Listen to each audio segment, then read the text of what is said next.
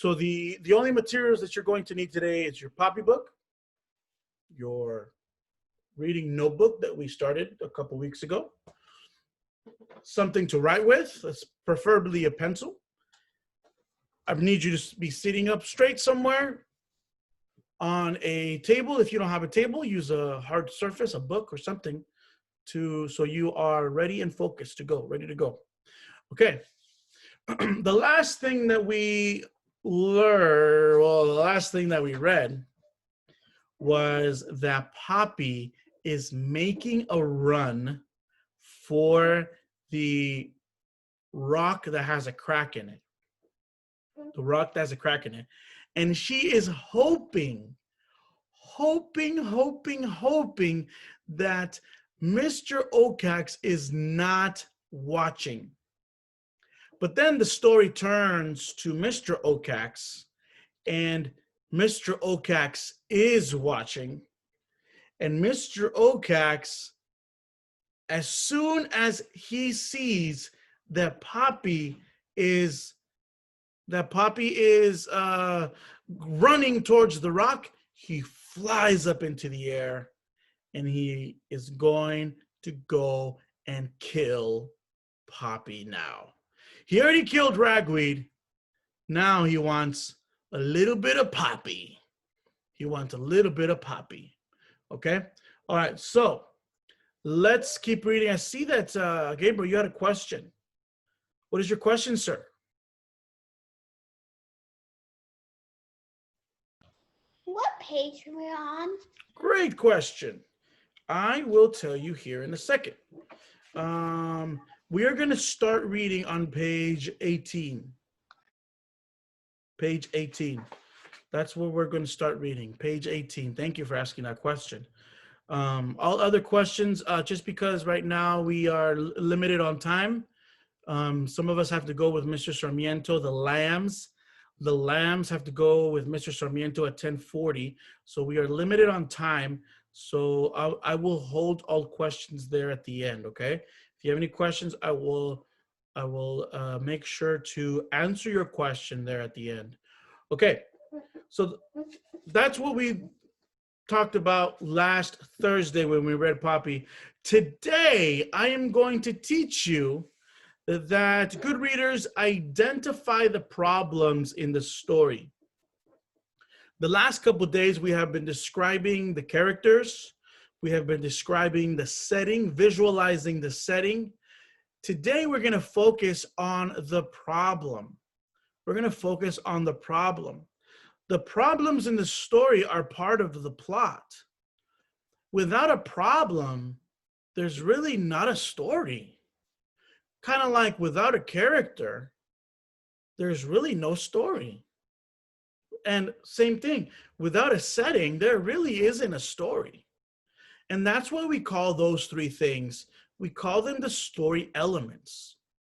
The story elements. Without the story elements, we really don't have a story. Think of your most favorite SpongeBob episode.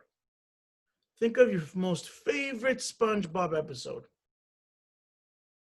Each episode has a character, SpongeBob, a setting, which is probably under the sea, you know, in his pineapple under the sea. Esmeralda, can you sit up, please?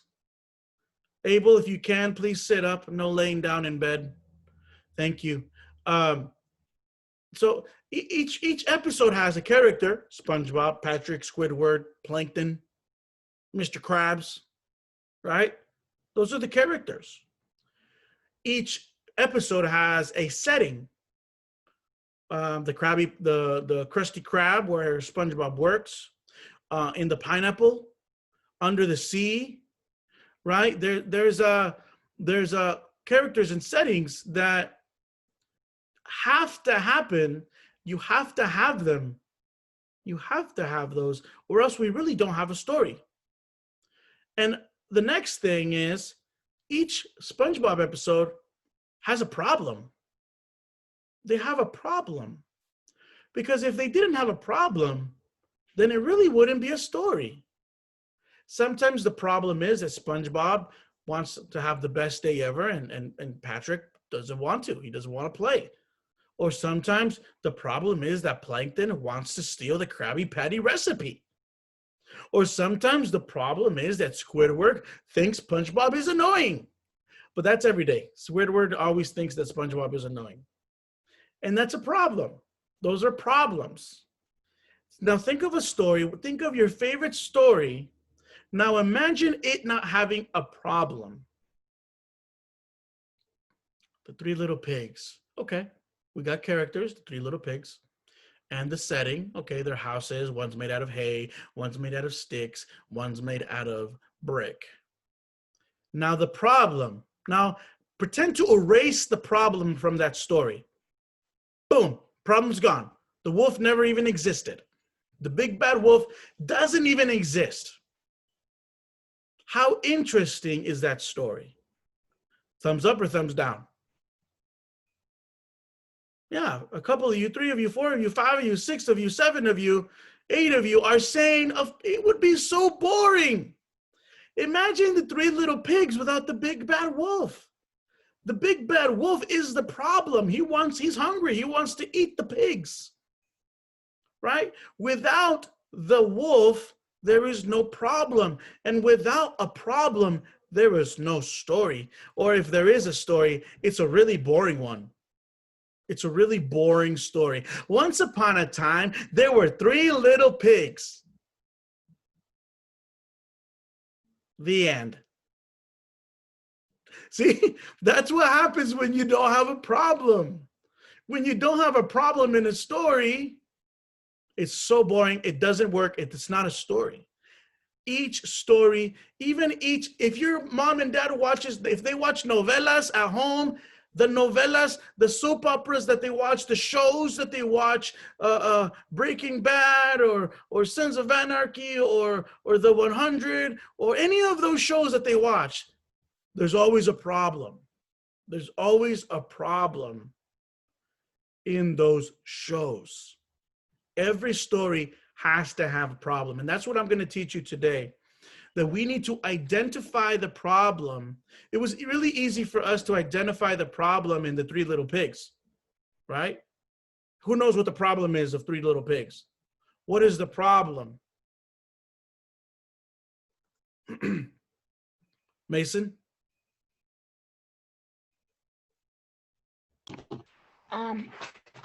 The wolf blows all the houses down. Yeah, he blows all the houses down and then he eats the pigs. That's the problem. Okay, we have identified the problem in that story, but now we're going to identify the problem here in Poppy. So I want you to watch me as I model how I look for the problems that the characters face. Okay, we are going to create a new list, and it's going to be called a problem list. A problems list. Okay, so please join me. And go to the table of contents. Go ahead and go to the table of contents here. Okay, notice how we have so far, we're on day 7 today. We are going to be doing day 8. So go ahead and write today's date. Today is 10/13/20. And we're doing day 8. And our setting, or not our setting, but our activity is going to be problem. Problem. And we're going to write that on page 6. Page 6 is going to be where we write our problem.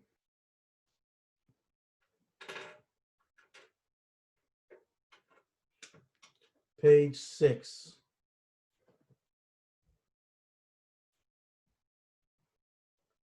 If you're watching this, go ahead and pause the video so you can write this down, or so you can catch up if you have not done the complete table of contents. This is a great opportunity for you to pause the video and make sure that you are all caught up with everything.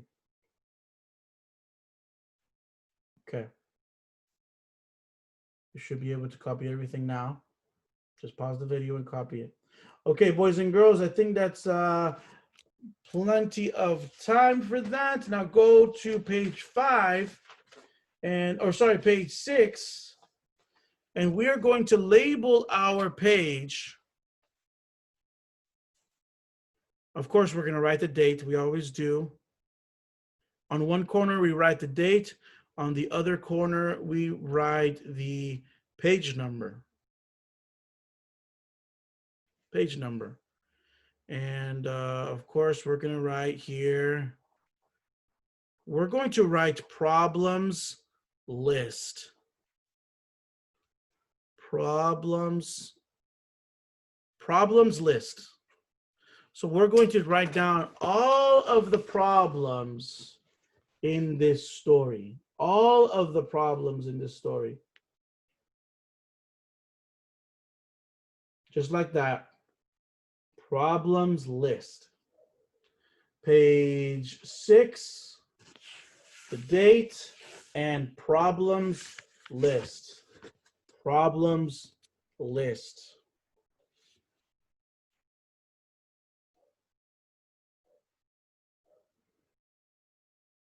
Okay.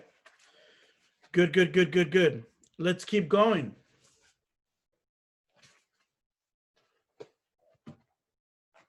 So remember, I want you to watch me as I model how to look for the problems in the story. We're going to begin reading chapter 3 of Poppy, starting, like I told Gabriel earlier, starting on page 18. It says, panting hard, but proceeded by the crevice. So right there where it says on page 18, okay? So let's open up our Poppy book. Open up our Poppy book to page 18. Page 18.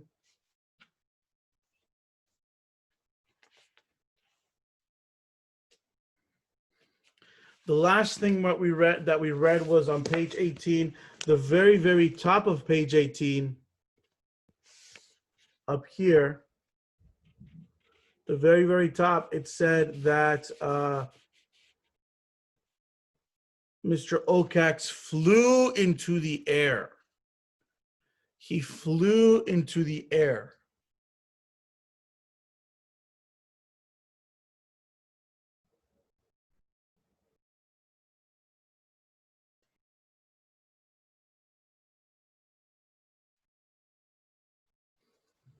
Okay, here we go. And remember, boys and girls, to please make sure that you are here with me and not on a different website playing a game or anything like that. I can see what you're doing on my screen. So please make sure that you are focused and you are with me. Okay. Thank you very much. That's all I'll say about that. Okay, here we go. Let's read. Starting on where it says panting hard. Panting hard, but protected by the crevice, Poppy squirmed about and sniffed for hints of danger. She found none. Once she had caught her breath, she edged a bit out of her nook and studied the terrain. The nearest haven she could see was a bush whose partly exposed roots straddled a hole big enough to shelter her. Unfortunately, the bush was on the far side of the flat, open space, a long way from where she crouched. It was farther, by far, than the length of Gray House's attic. Farther even than the water pump beyond the back door.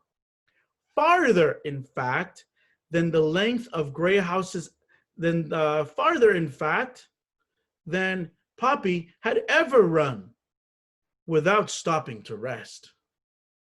She sighed with dismay. Boys and girls, she saw how far she needed to run, and she was like, "Oh, that is so far." She sighed with dismay. Then she looked again. This time, she spied a rectangular strip of wood propped against a stone at an upward angle. So, boys and girls, I want to show you that upward angle. Let me share my screen here with you.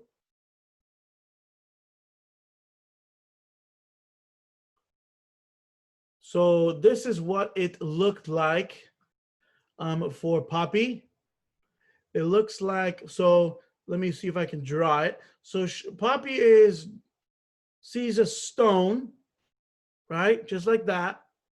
And she sees a piece of wood, a rectangular strip of wood propped against a stone at an upward angle. At an upward angle. So it's kind of like this. Oh, you know what? I'll do this. Let's color it this way. This way. It's a piece of wood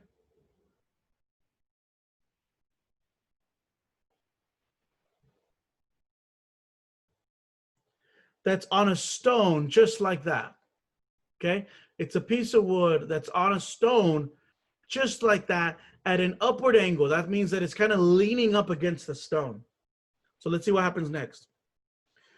She looked again. This time she spied a rectangular strip of wood propped against a stone at an upward angle. It was about halfway between where she hunched and the hole.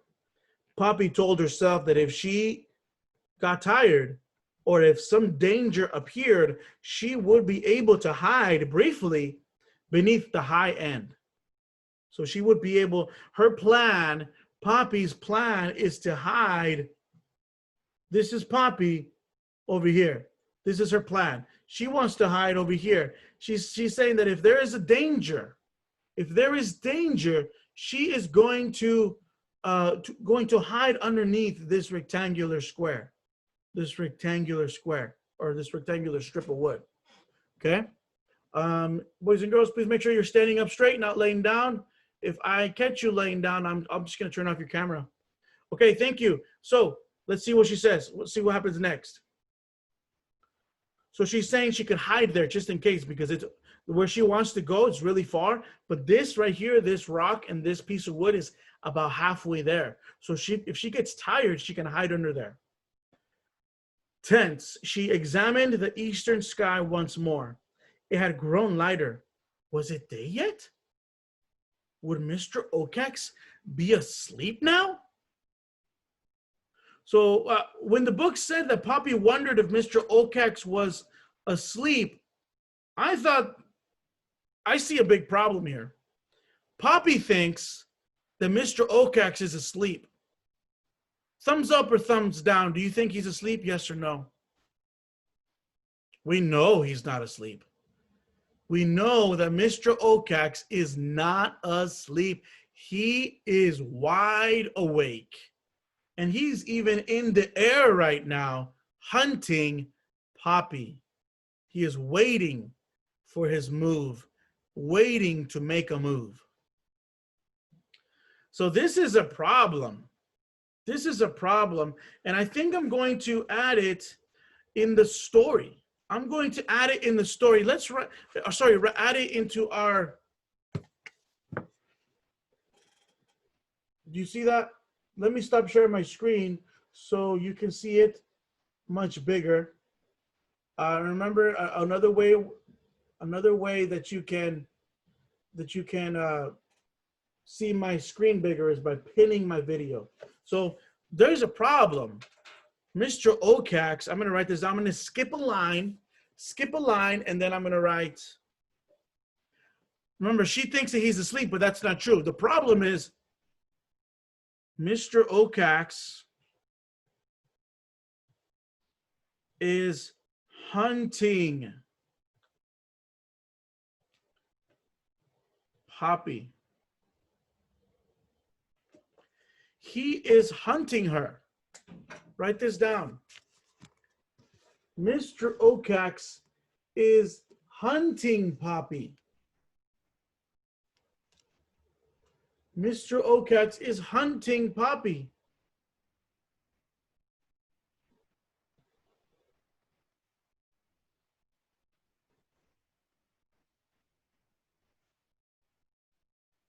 Write that down.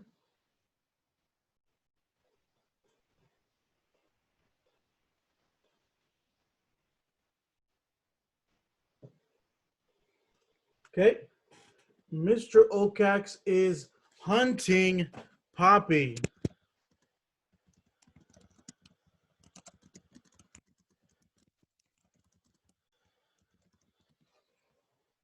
Let's keep writing, or let's keep reading. See what happens next. Mr. Okax, and I'll share this with you here, my screen again, so you can see the picture that I drew. It's not a very good one, but it'll do for now. Okay, so here you can see the screen. The owl, cruising high to the west of Bannock Hill, moved his wings slowly, wanting to make the least possible disturbance on the air. These deer mice, he knew, could be very sensitive. As he flew, he kept his eyes fixed on Poppy's rock. The mouse's run suggested what she was doing, moving from protected spot to protected spot. Mr. Okax was well aware that the biggest family of deer mice in his territory, headed by that old fool Lungwort, lived in Grey House. More than likely, this Poppy was heading there. Well then, how would she go? The owl spied a bush on the south side of the hill. Though it was some distance from the rock, it would be a logical next hiding place for the mouse. But if it came to a race for that bush, he knew he would win.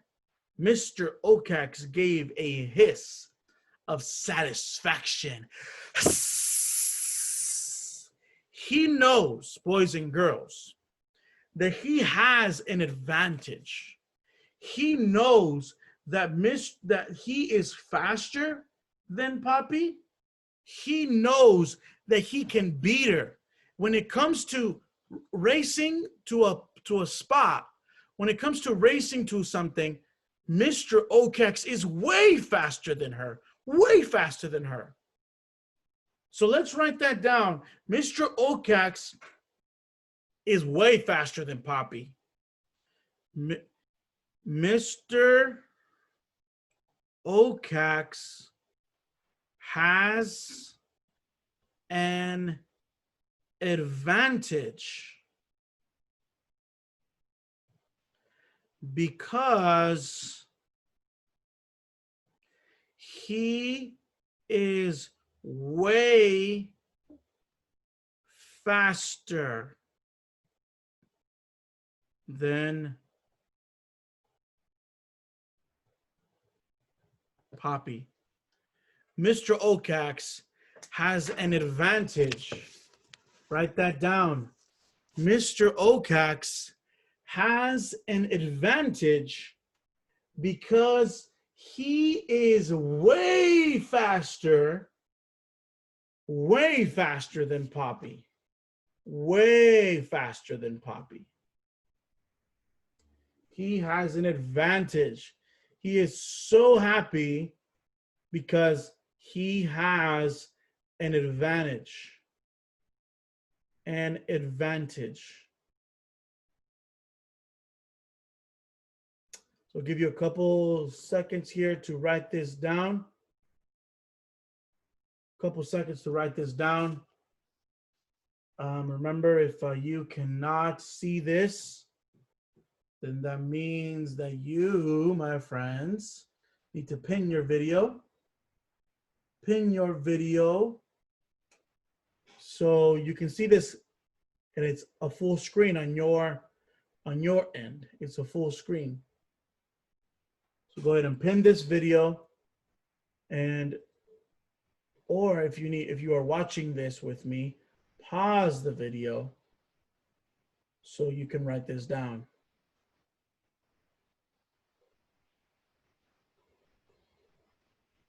Give you a couple seconds here.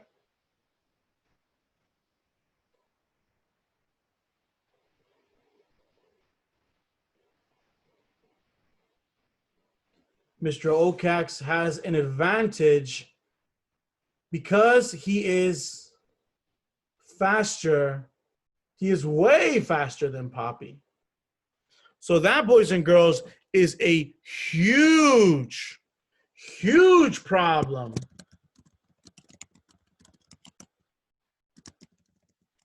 Huge problem. Why? Because if it comes down to it, him and Poppy will have to race, and he knows that he can beat her. He can beat Poppy. He can beat her. He is faster than her. So let's keep reading, see what happens next. We're on page 20. Page 20. Poppy cleared the rock crevice in one jump. Hold on.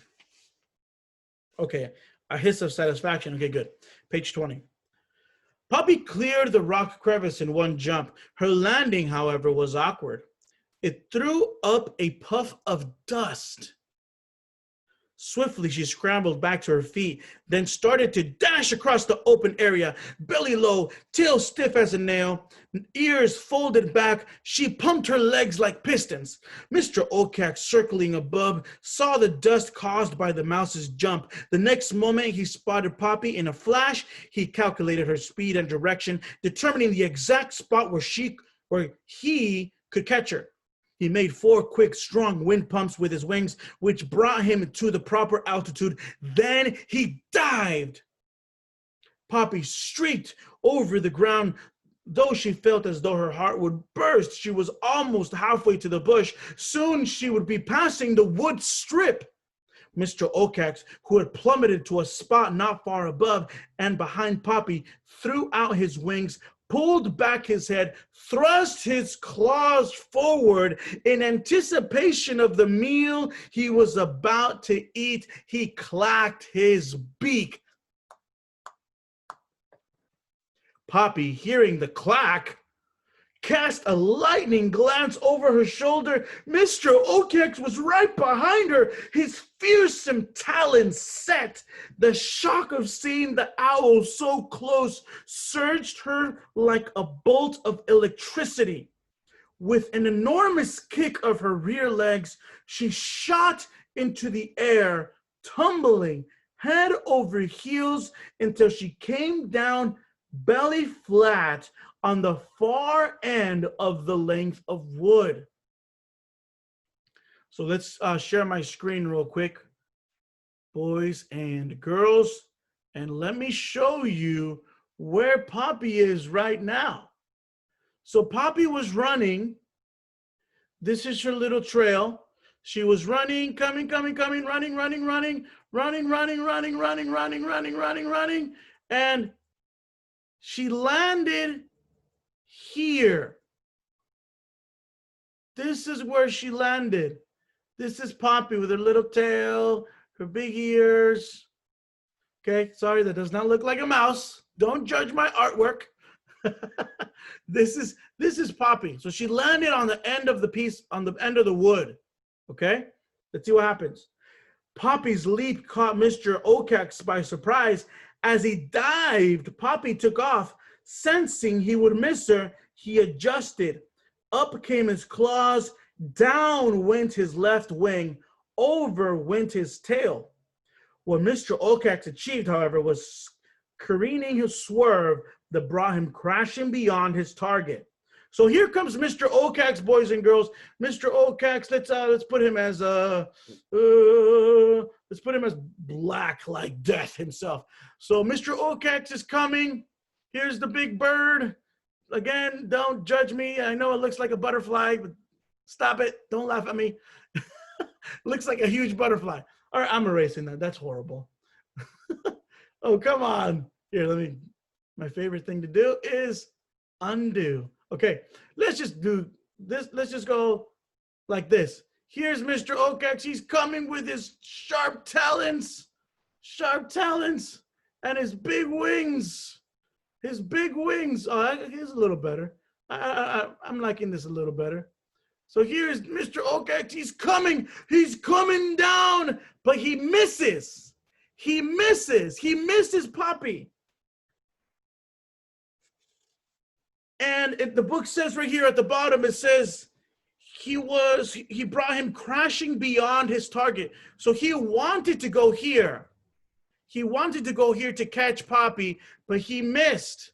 He missed. Instead, he went right here. He went right here. He hit right here on the opposite end of the wood. When Mr. Okax landed, his weight catapulted the light as a feather mouse into the air in a great arc that dumped her with a splat right at the base of the bush. Frantic, she clawed forward and tumbled head over heels into the hole she'd been aiming for. So now we have, boys and girls, a situation where Poppy wants to get to the bush. The bush is over here somewhere. Okay? Let's pretend like that's the bush, and there is a little hole. I'm going to color it in black. This little hole here that she wants to get to and hide.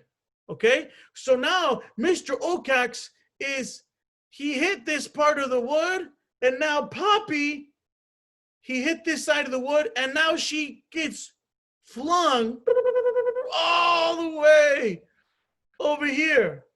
And she lands like a splat. The book says that she landed like a splat on her belly, and then she saw where she was, and she ran into the hole for safety. Mr. Okax swiveled his head first this way, then that way, searching for his prey. She seemed to have vanished. Frustrated, he flapped into the air and circled low over Bannock Hill, but found no trace. Seething, the owl headed back to Dimwood. How dare this mouse? How dare this mouse escape? This Poppy escape twice? Never had a mouse done that. Mr. Okax has had half a mind to return to his watching tree and wait for the impudent creature to pop up. The next moment, he decided against it.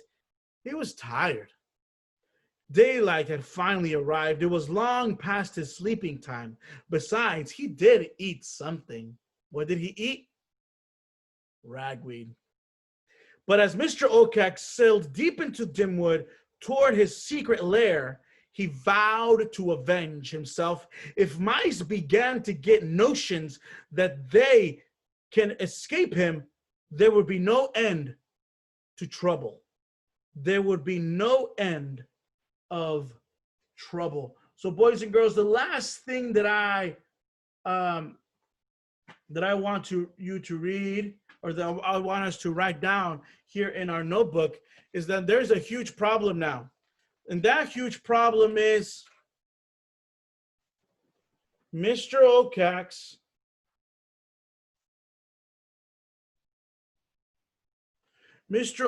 wants to avenge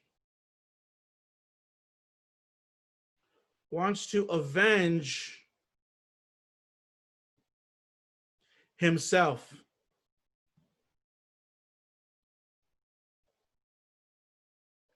He wants to kill Poppy. He plans to avenge himself and kill Poppy. Write that down. Can you see that? Let me stop sharing my screen so you can see that a little better. He wants to kill Poppy.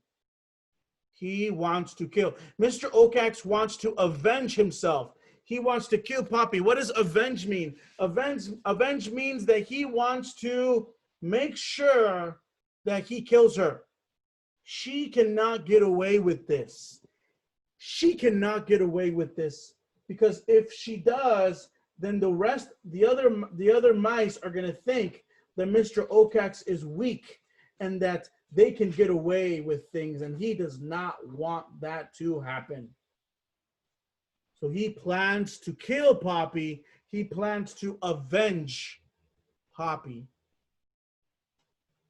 Great work, boys and girls. This will be part of your homework today. So I will let you know what your homework is. You will receive your homework today by 12:30. Thank you so much. Have a great day. If you were not able to write all this down, please make sure that you watch the video, and that way you can finish and get caught up with everything that we wrote down today. Thank you. Have a great day.